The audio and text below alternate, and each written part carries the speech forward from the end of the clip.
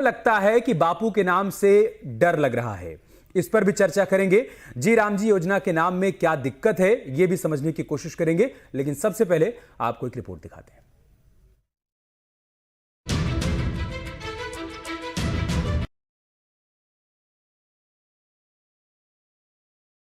पर महाभारत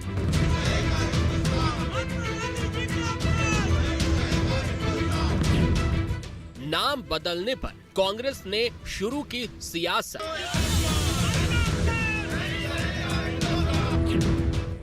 विधानसभा के विशेष सत्र में कांग्रेस का प्रदर्शन।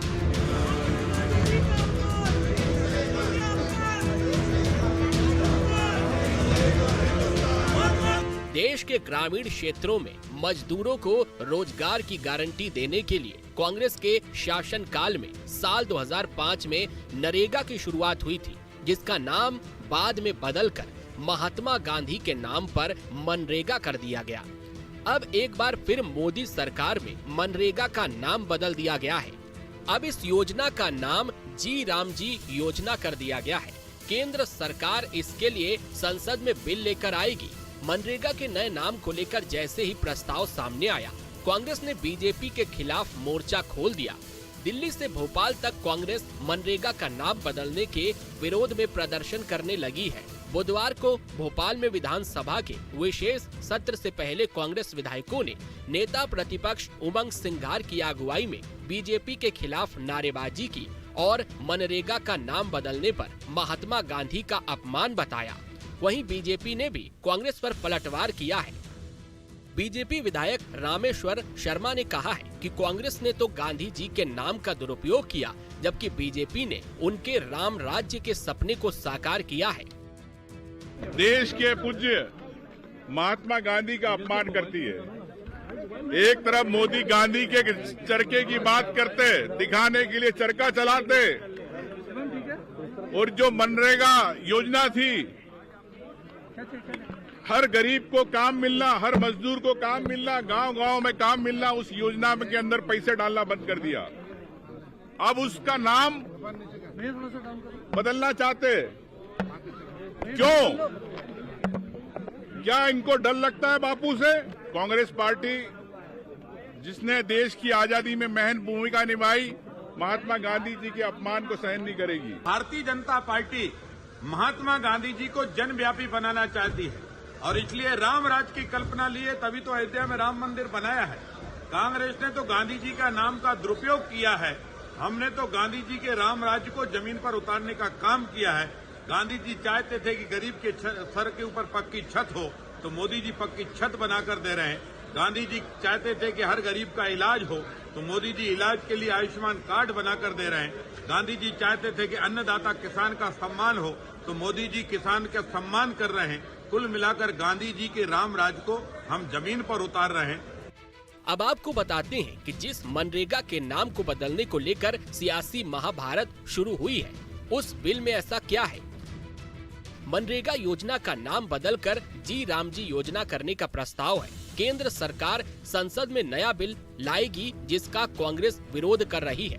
इस विधेयक का उद्देश्य विकसित भारत 2047 के मुताबिक ग्रामीण विकास को बढ़ाना है। योजना में सालाना रोजगार मिलने के दिनों को 100 से बढ़ाकर 125 दिन किया गया है। विकास को बढ़ावा देकर समृद्ध और सक्षम ग्रामीण भारत का निर्माण करना लक्ष्य रखा गया है। ग्रामीण क्षेत्रों में अकुशल श्रमिकों के लिए इससे रोजगार के अवसर बढ़ेंगे।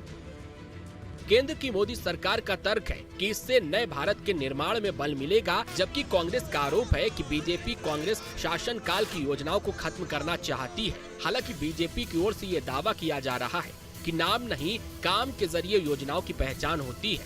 फिलहाल मनरेगा पर महाभारत जारी है। भोपाल से अतुल शर्मा के साथ टीम न्यूज 18। और चर्चा की शुरुआत करें उससे पहले मेहमानों से आपका परिचय करवा देते हैं। हमारे साथ सत्यप्रकाश शर्मा जी जुड़ चुके हैं, वरिष्ठ पत्रकार हैं। साथ ही साथ डॉक्टर वाणी अहलुवालिया जी हमारे साथ जुड़ चुकी हैं, आप प्रदेश प्रवक्ता हैं भारतीय जनता पार्टी की। और डॉक्टर शिल्पी अग्रवाल जी हमारे साथ जुड़ चुकी हैं, आप प्रदेश प्रवक्ता हैं कांग्रेस पार्टी की। डॉक्टर वाणी जी, मैं शुरुआत आपसे कर रहा हूँ। सबसे पहले तो आप ये बता दीजिए मैडम कि नाम बदलने से क्या बदल जाएगा, क्या हो जाएगा जो मनरेगा से नहीं हो पा रहा था और जी राम जी से हो जाएगा? आप बता देंगी तो सहूलियत होगी मुझे कांग्रेस से सवाल करने में कि उनके विरोध का ग्राउंड क्या है और उनको परेशानी क्या है। पहले आप बता दीजिए कि नाम बदलने से क्या क्या बदल जाएगा। सबसे पहले तो न्यूज नेशन के श्रोताओं को नमस्कार, मेरे साथ साथीगण जो इस डिबेट में आप सबको प्रणाम करती हूँ। देखिए, मंशा होनी चाहिए काम करने के लिए।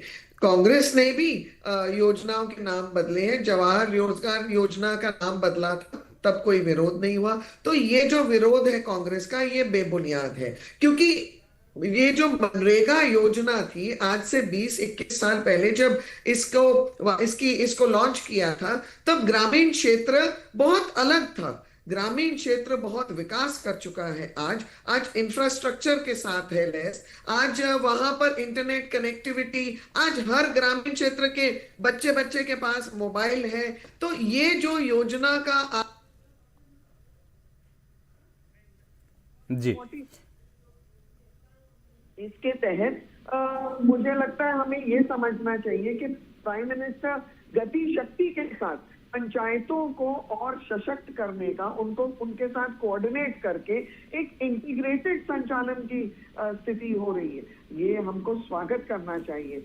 विकसित भारत यानी कि हम ग्रामीण क्षेत्र को भी ठीक है। बहुत कुछ तकनीकी दिक्कत है वाणी जी, आप के विजुअल्स नहीं आ पा रहे हैं। हम जल्दी से जल्दी उस तकनीकी दिक्कत को दुरुस्त करेंगे, उसके बाद मैं आपके पास आऊंगा। शिल्पी अग्रवाल जी, अभी तक जितनी बातें आपने सुनी है वाणी जी की, उसके ग्राउंड पर आपका काउंटर, और मेरा सवाल यही है कि नाम पर इतनी महाभारत क्यों कर रहे हैं आप लोग? मतलब ठीक है, अगर नाम बदल दिया गया तो फिर दिक्कत और परेशानी क्या है? काम तो तब भी वही होगा, बेरोजगारों को रोजगार की गारंटी देना।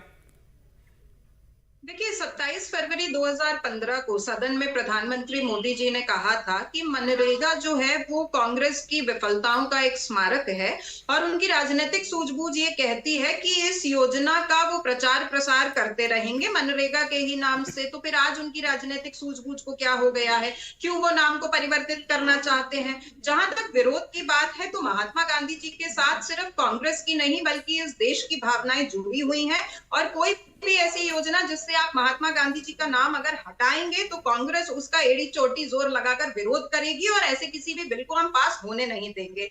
दूसरी बात, आप सिर्फ नाम नहीं बदल रहे हैं बल्कि आप इस बिल के अंदर बहुत सारे संशोधन भी कर रहे हैं। देखिए, एक नॉर्मेटिव अलोकेशन इस बिल के अंदर निर्धारित है, जिसके तहत पहले मनरेगा में जो फंडिंग होती थी उसका 90% केंद्र व्यय करता था, 10% भुगतान राज्य करते थे। लेकिन इस बिल के अंदर 60-40 का रेशियो आपने कर दिया है, जिससे राज्य के ऊपर एक आर्थिक बोझ बढ़ेगा। दूसरी बात, ये केंद्र निर्धारित करेगा कि किस राज्य को कितना बजट एलोकेट किया जाएगा, साथ में उसके जो ऑब्जेक्टिव पैरामीटर्स हैं वो भी केंद्र निर्धारित करेगा। ऐसे में अगर जो एलोकेटेड बजट है किसी भी राज्य सरकार का, उसके ऊपर वो अगर कोई रोजगार देना चाहती है तो उसका 100% व्यय जो है वो राज्य सरकारों को करना पड़ेगा। बहुत सारे राज्य वर्तमान में ऐसे हैं जो कर्ज के बोझ तले दबे हुए हैं, जीएसटी ने उनके हाथ बांध के रखे हैं। ऐसे में आप जब एक एक्सेस कर उनके ऊपर और लाद देंगे तो जाहिर सी बात है कि जो रोजगार गारंटीड था मनरेगा के तहत वो जी राम जी योजना के तहत में प्रभावित होगा। इसके अलावा एक काम जो मनरेगा ने किया था अमित जी, वो लेबर मार्केट को टाइट करना किया था। देखिए, इस बिल के अंदर एक और प्रावधान है कि जो फार्मिंग पीक पीरियड है उसमें 60 दिन रोजगार नहीं दिया जाएगा। अगर कोई उनसे रोजगार, जो मजदूर है उनको निर्धारित 125 दिनों में 60 दिन का रोजगार नहीं दिया जाएगा। लेकिन मनरेगा के तहत बेरोजगारी भत्ता इनको दिया जाता था इसी फार्मिंग पीरियड के दौरान, और साथ ही ये होता था कि जो लेबर्स हैं वो एक बार्गेन कर सकते थे, वो अपने मन मुताबिक अपनी मजदूरी को निर्धारित कर सकते थे। वो भी आप इसको खत्म कर रहे हैं। साथ ही केंद्र सरकार को ये भी बताना चाहिए कि जो 125 दिन की आप बात कर रहे हैं, अगर 60 दिन इसी में इंक्लूडेड हो जाते हैं तो फिर तो ये रोजगार 65 दिन का हो जाता है। ठीक है, आपकी बातों के दो हिस्से हैं सत्यप्रकाश जी, मैं दोनों पर चाहूंगा कि सर आप अपनी बात रखिएगा। जो बात डॉक्टर शिम्पी की तरफ से कही जा रही, पहला तो उनका ये कहना है कि महात्मा गांधी जी का अपमान हो रहा है, उनका नाम हटाकर वहां पर जी राम जी क्यों किया जा रहा है, और अगर ऐसा कुछ भी किया जाएगा तो कांग्रेस पार्टी ये होने नहीं देगी। उनकी बातों का दूसरा हिस्सा, उन्होंने प्रावधानों पर आपत्ति दर्ज कराई है। हालांकि फाइनल बिल अभी हमारे सामने आया नहीं है तो उस पर बात करना फिलहाल काल्पनिक जैसा ही होगा, लेकिन फिलहाल उनकी तरफ से जो आपत्ति दर्ज कराई जा रही है दूसरे वाले हिस्से में, उस पर भी आपका रिएक्शन सर, दोनों ही बातों पर। सबसे पहली चीज,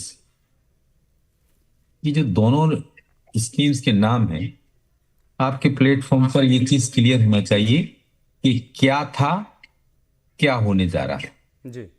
महात्मा Gandhi National Rural Employment Guarantee Act 2005, ये तो जो आज है और अब जो बनने जा रहा है विकसित भारत गारंटी फॉर रूरल आजीविका मिशन ग्रामीण, यानी कि BVG राम जी।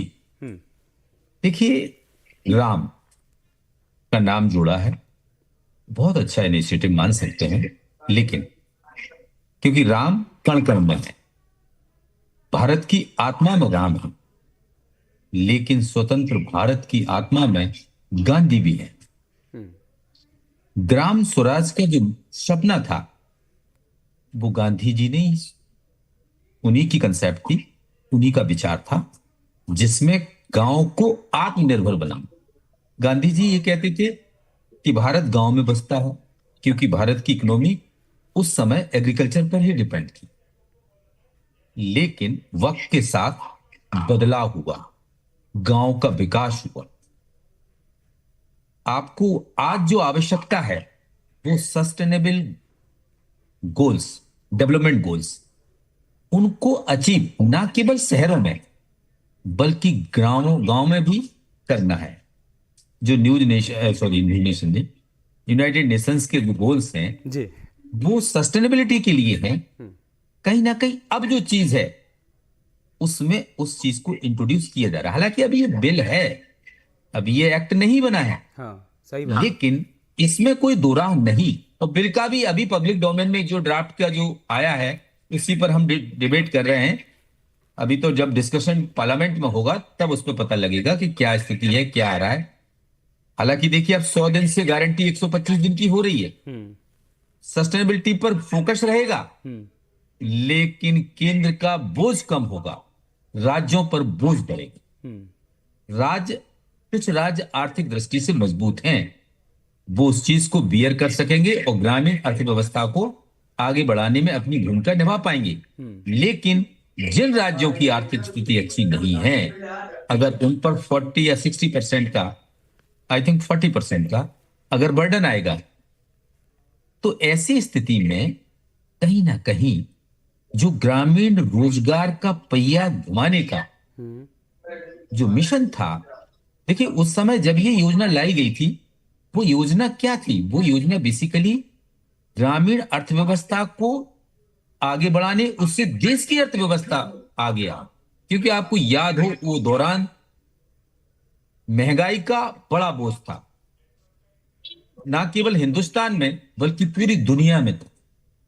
और ऐसे में रोजगार लोगों के कम हो रहे थे, लोगों का गांव से पलायन हो रहा था।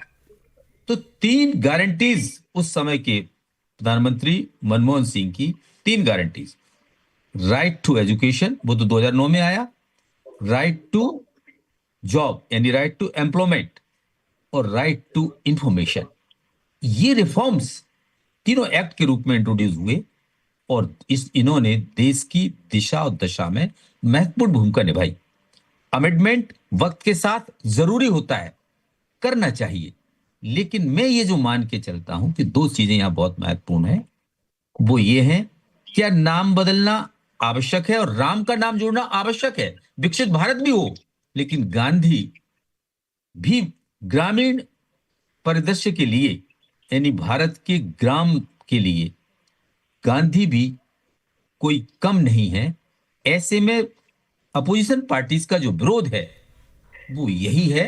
लेकिन अगर वो विरोध स्कीम को लेकर करती है, यानी कि एक्ट को लेकर करती है, तो एक्ट में तो अमेंडमेंट तो होती है। अगर कोई अच्छा कदम है तो स्वागत योग्य होना चाहिए। हाँ, लेकिन ये जरूरी है कि गांधी, जब भी आपको ध्यान होगा G20 हुआ हिंदुस्तान में, 20 देशों के लोग आए, यानी मुखिया आए, उन मुखियाओं ने आके पहले गांधी को नमन किया। सही बात। गांधी इस देश की आइडेंटिटी है। ओके।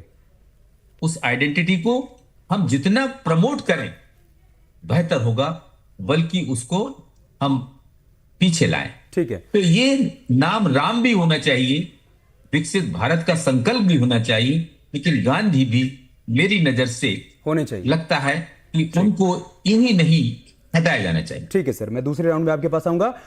डॉक्टर शिम्पी जी, बीजेपी का यह कहना है कि आपका विरोध नाम बदलने से कहीं ज्यादा राम का नाम रखने पर है।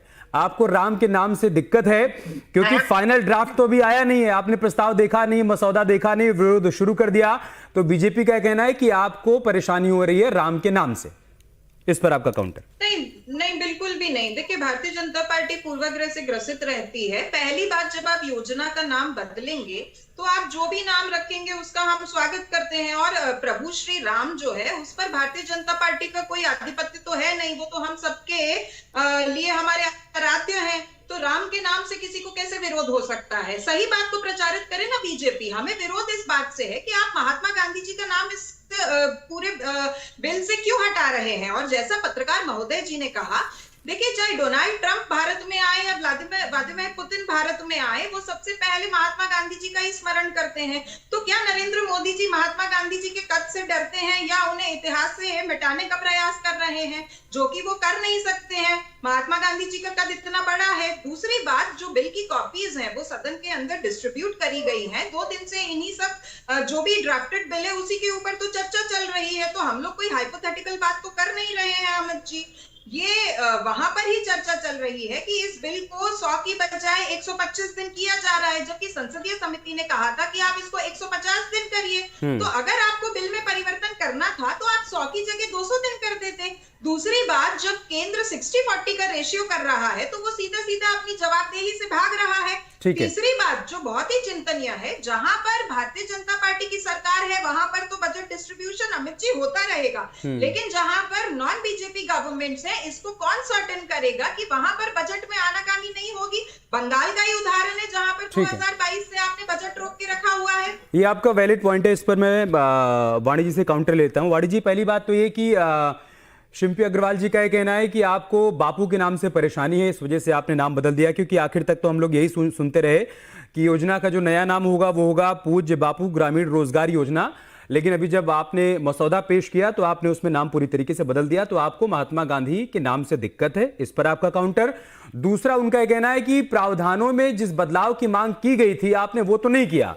आपसे कहा गया था कि आप 150 दिन रोजगार की गारंटी दीजिए, आपने 125 किया, लेकिन साथ ही साथ आपने यह भी कर दिया कि आपने 60-40 का रेशियो कर दिया। मतलब राज्यों के ऊपर आपने अतिरिक्त बोझ डाल दिया, जो राज्य वहन नहीं कर पाएंगे वहां पर अगर योजना दम तोड़ देती है तो फिर जिम्मेदार कौन होगा? रोजगार गारंटी कहां से रहेगी? जी, मैं देखिए, शिल्पी जी ने बहुत गलत तथ्यों के आधार पर मुझे लगता है आपके श्रोताओं को भ्रमित करने का ये प्रयास किया है। सबसे पहले तो मुझे शिल्पी जी ये सोच के बताएं कि राहुल गांधी ने गांधी टोपी को परिवर्तित क्यों किया। अगर देखिए, ये झूठे गांधी परिवार की जो गांधी आराधना है, ये इसी का पर्दाफाश करती है। करनी और कथनी में बहुत अंतर है। उन्होंने एक आधुनिक टोपी बनानी शुरू कर दी है, उसको स्वीकृत किया है। जो ओरिजिनल गांधी टोपी थी वो राहुल गांधी ने बंद कर दी। और रही बात भारतीय जनता पार्टी की है, तो हम गांधी जी के वो जो विश्वास और वो जो संकल्प था देश के लिए, चाहे वो खादी के लिए था, चाहे ग्राम स्वराज के लिए था, चाहे नागरिकों के जो भी सुशासन के लिए था, राम राज्य के लिए था, हम उसी की स्थापना करते हुए उस ओर बढ़ते हुए इस योजना के लिए भी हमने जो क्रियान्वयन, जो परिवर्तन, जो संशोधन आज के वर्तमान परिप्रेक्ष्य में किया है, उसके अनुरूप पहले आप ये समझिए कि कांग्रेस केवल 30 से 35 हजार करोड़ इस योजना को देती थी।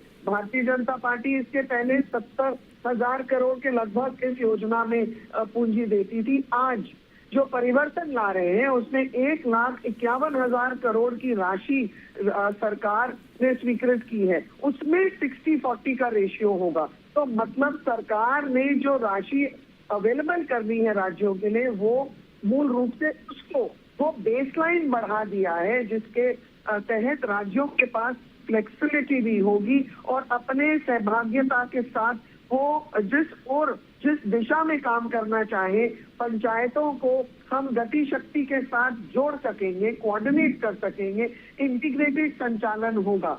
जिस ग्राम पंचायत को जिस जितनी डेवलपमेंट की आवश्यकता हो। हम ये भी जानते हैं कि 125 दिन का जो व्यवस्था की है, तो इसके अतिरिक्त 60 दिन 60 सुनिश्चित की है सरकार ने, जिसमें श्रम योजना रोक जा सकती है। क्योंकि जब खेतों में काम करते हैं श्रमिक, तो वहाँ गांव में बहुत परिस्थितियां ऐसी हो जाती हैं कि श्रमिक मिलते नहीं है। यहीं पर वहाँ वाणी जी, यहीं पर विपक्ष का सवाल है। पहला तो ये कि उनके मन में इस बात को लेकर आशंका है कि जहां पर बीजेपी की सरकारें होंगी, मतलब बीजेपी शासित राज्य होंगे, आप वहां पर तो फंड की कमी नहीं आने देंगी, लेकिन जहां पर बीजेपी की सरकारें नहीं होंगी वहां पर योजना को लेकर भेदभाव किया जाएगा। पहली बात ये। दूसरी बात जो आप ये करें कि योजना में 60 दिन का पॉज दिया जाएगा, जब खेती किसानी का समय होगा तो उस वक्त उन मजदूरों की जो मिनिमम मजदूरी है वो कौन सुनिश्चित करेगा कि खेती किसानी के दौरान जब उनसे काम करवाया जाएगा तब उनको वो मिनिमम मजदूरी मिलती रहेगी, ये कौन सुनिश्चित करेगा? ये 2 पॉइंट हैं विपक्ष के। ये भी सरकार निश्चित करेगी। साथ में मेरे को आपने बीच में रोक दिया, पर देखिए हमें ये समझना होगा, समानता, उत्तरदायित्व और पारदर्शिता के साथ राज्यों को अपना परफॉर्मेंस सुनिश्चित करना होगा। उनको राज्यवार वितरण पर भी हम जोर देंगे। 40% जो राज्य खर्च करते हैं उसमें भी केंद्र सरकार ने एडमिनिस्ट्रेटिव बजट में 6% से उसको 9% कर दिया है। तो स्टाफ, वर्किंग का खर्चा, ये सब जगह सरकार अपना ध्यान आकर्षित कर रही है। तो देखिए, राजनीतिक विषय हो सकता है, रूरल और एग्रीकल्चरल डेवलपमेंट की सोच और काम करने के तरीके में अंतर आ सकता है, पर ये राजनीतिक विषय नहीं है। ये देश को उन्नति, प्रगति के पथ पर लेके जाने का विषय है और हम एफिशिएंसी अडॉप्ट कर रहे हैं। क्योंकि आज हमारे जितने गांव हैं उधर मुझे लगता है हर छोटे से छोटे व्यक्ति के पास मोबाइल फोन होता है, इंटरनेट पहुंच गया है, जल संसाधन के हमारे पास बहुत सारे स्रोत हैं, वहां पर प्राकृतिक कार्य करने के लिए भी एक प्लेटफॉर्म मिल जाता है। तो आजीविका के साथ हम इंफ्रास्ट्रक्चर निर्माण पर भी ध्यान देने के लिए अपने लक्ष्य और अपने कदम बढ़ा रहे हैं। ठीक है मैडम। सत्यप्रकाश शर्मा जी, इसी पर मैं सर आपसे समझने की कोशिश करूंगा। जो आशंका है विपक्ष की तरफ से भी और तमाम जो इस योजना को समझने वाले लोग हैं, वो ये कह रहे हैं कि जिन राज्यों में बीजेपी की सरकार नहीं होगी, बहुत संभव है कि वहां पर भेदभाव किया जाए। मतलब वहां पर सरकार, क्योंकि ये भी कह रही है कि हम तय करेंगे कि कब कहां पर किसी योजना के लिए मदद दिया जाए, वहां पर कब काम किया जाए और कब नहीं किया जाए। एक तो ये डाउट है कि वहां पर भेदभाव किया जाएगा अगर भाजपा की सरकार नहीं है। और दूसरी बात ये सर, जो मैंने सवाल किया था अभी वाणी जी से, कि जब खेती किसानी के काम में मजदूरों को लगाया जाएगा तब उनको मिनिमम जो मजदूरी है उसकी गारंटी कौन लेगा, कौन सुनिश्चित करेगा? अगर काम करवाने वाले उनको इस योजना के तहत जो मजदूरी दी जा रही है उससे कम राशि देंगे तब? देखिए, इस पूरी योजना जिस एक्ट के तहत है उसमें दोनों चीजें हैं, पॉजिटिव बदलाव, कुछ कमियां जी। तो परिवर्तन प्रकृति का नियम है, कमियों को सुधारा जाए। देखिए, इससे ना केवल ग्रामीण अर्थव्यवस्था में सुधार हुआ, मैं कह रहा हूं वहां पर रोजगार के साधन भी बढ़े, लेकिन भ्रष्टाचार भी हुआ, गलत मस्टर रोल बने, जिसके मामले पूरे देश के राज्यों में दिख रहे हैं। आपके बड़ा महत्वपूर्ण 2 सवाल बहुत महत्वपूर्ण आपने किए हैं कि जिन राज्यों में दूसरी पार्टी की सरकारें हैं वहां पर केंद्र भेदभाव कर सकता है। मैं नहीं समझता कि इसमें अभी भी, तो आपने देखा होगा कि 100% पैसा केंद्र देता था, लेकिन क्या अभी जो 100% पैसा देता था, क्या किसी राज्य को रोका है मनरेगा का पैसा? नहीं रोका है। तो ये तो डिमांड पर मिलेगा। लेकिन एक चीज जरूर है कि जब केंद्र पूरा पैसा दे रहा था, आप स्टेट से जीएसटी भी ले रहे हैं, कई प्रकार के टैक्सेस भी ले रहे हैं, कई सेस भी ले रहे हैं, तो ऐसे में मुझे नहीं लगता कि ये जो स्कीम है इसको रोका जाना देश के हित में होगा। क्योंकि इसमें अगर 60% केंद्र दे रहा है, 40% राज्यों पर होगा। हालांकि उसमें ये स्लैब बदला हुआ है, कई राज्यों के लिए बदला हुआ भी है, नॉर्थ ईस्ट के राज्यों के लिए बदला है, यूटीज के लिए बदला है, हिमाचल, तो ऐसा नहीं कह सकते कि 60-40 का ही पूरा है। नहीं, 90-10 है। हाँ, 90-10 है। नहीं, 90-10 कुछ राज्यों में कुछ है, राज्यों के लिए यूटीज में है और नॉर्थ ईस्ट के राज्यों में है। मुझे आइडिया है जी। 40-60 तो जो बड़े राज्य हैं उनके लिए है, 60-40, 60 केंद्र देगा, 40 स्टेट का। लेकिन मैं कहना ये चाह रहा हूं कि इससे एक चीज तो विसंगति आने की संभावना तो बढ़ेगी, लेकिन एक चिंता परफेक्ट है इसमें सुधार कि आप देखते हैं कि मनरेगा के दिनों, जब रबी सीजन होता है या खरीफ सीजन होता है, जिस समय कटाई होती है, बोनी होती है, उस समय एग्रीकल्चर ग्रोथ को बढ़ाने के लिए ओके। अगर मजदूर की उपलब्धता नहीं होगी, हाँ, तो आप जानते हैं कि एग्रीकल्चर सेक्टर में जो बूम आना चाहिए, वो नहीं यानी आ कि पाएगा। जो पैदावार मैं होना माफी के साथ चाहिए, आपको रोक रहा हूं सर, समय और आगे जाने की परमिशन नहीं दे रहा है, इसलिए हमें समाप्त करना होगा। ये आपने वैलिड पॉइंट उठाया कि मजदूरों की उपलब्धता भी जरूरी है जब खेती किसानी का समय हो, जब रबी और खरीफ की फसलों का समय हो, ये भी सुनिश्चित करना होगा, वरना कृषि का संकट भी पैदा हो सकता है। बहुत बहुत शुक्रिया आप दोनों का हमारे साथ जुड़ने के लिए। वाणिज्य आपका भी बहुत बहुत शुक्रिया हमारे साथ जुड़ने के लिए, इस चर्चा का हिस्सा बनने के लिए। आपके मुद्दे में फिलहाल इतना ही, खबरें जारी हैं, आप बने रहिए हमारे साथ।